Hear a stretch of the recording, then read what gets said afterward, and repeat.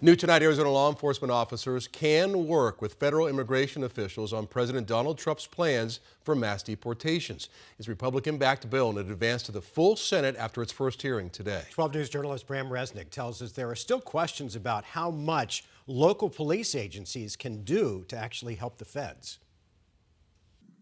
The so-called Arizona ICE Act would encourage law enforcement agencies to work closely with federal authorities to detain undocumented immigrants accused of committing crimes.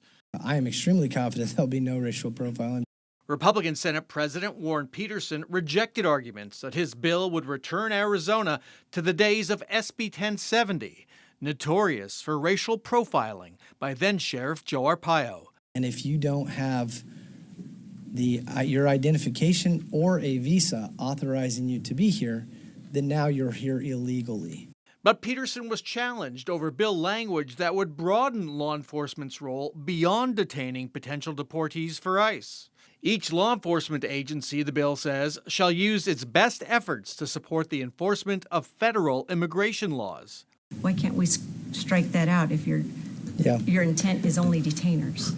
Peterson's response confirmed a broader role. I didn't say my only intent was detainers. But he was cryptic about the intent of use your best efforts. That's a self-evident statement. If you don't understand that, I don't know how to help you understand that.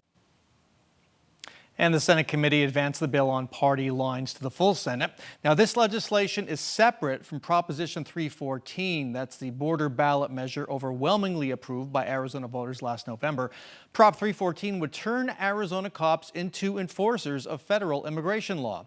Now, in order for Prop 314 to take effect, the U.S. Supreme Court would have to overturn its 2012 ruling that struck down Arizona's SB 1070, which tried to do the same thing. Bram Resnick, 12 News. Thank you, Bram.